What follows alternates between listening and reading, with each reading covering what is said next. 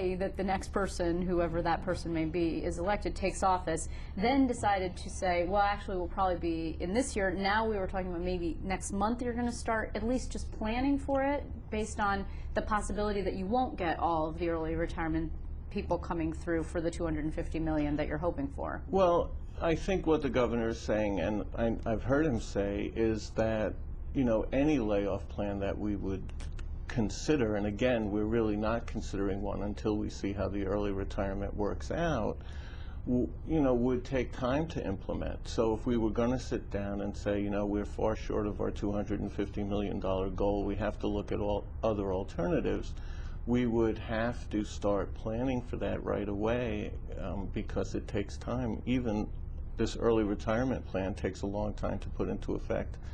Any kind of layoff plan, if we were contemplating one, would take months to put into place as well. That's even more complicated than early retirement. But I would say right now, you know, we haven't gotten to that point yet. When are you, is there a cutoff point by which you need to know that the early retirement is or is not being as lucrative as you were hoping for savings, and now, okay, we have to, it's drop dead, got to move forward? Yeah, I would say within the next, you know, 2 weeks, we're going to have to probably be at that point.